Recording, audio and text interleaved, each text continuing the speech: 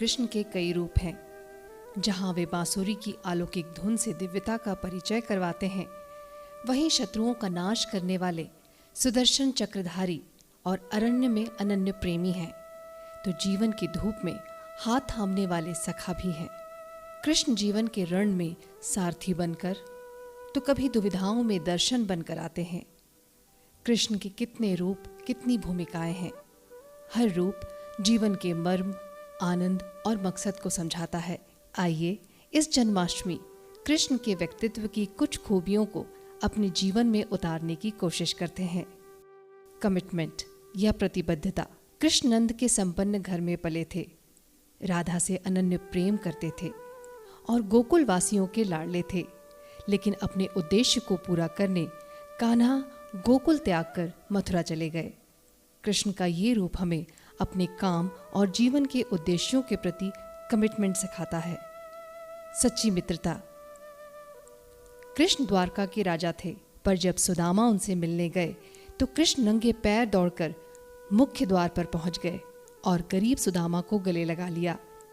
कृष्ण ये सिखाते हैं कि सच्ची मित्रता हृदय से होती है, किसी पद, ज्ञान या रूप से नहीं।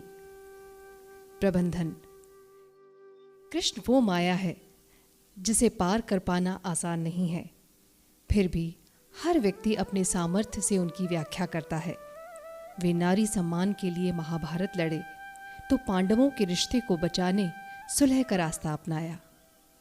राक्षस नरकासुर से 16,000 महिलाओं की रक्षा की और उनके सम्मान के लिए उनसे विवाह किया। जरासंध को मारा पर उसका राज्य नहीं छीना। और कृष्ण ही हैं जिन्होंने बिना हथियार उठाए महाभारत का युद्ध लड़ा और दुनिया को गीता का ज्ञान दिया। धैर्य। जीवन के हर पल में आनंदित रहने वाले कृष्ण धैर्य के परिचायक हैं। चाहे युद्ध हो, प्रेम हो या फिर परिवार, उन्होंने विपरीत परिस्थितियों में भी धैर्य नहीं खोया। आत्मविश्वास। बाल कृष्ण ने बिना डरे आत्मविश्वास के साथ ताड़का, पूतना, शकटासुर जैसे राक्षसों का वध किया और समाज की बुराइयों से अपने आश्रितों की रक्षा की।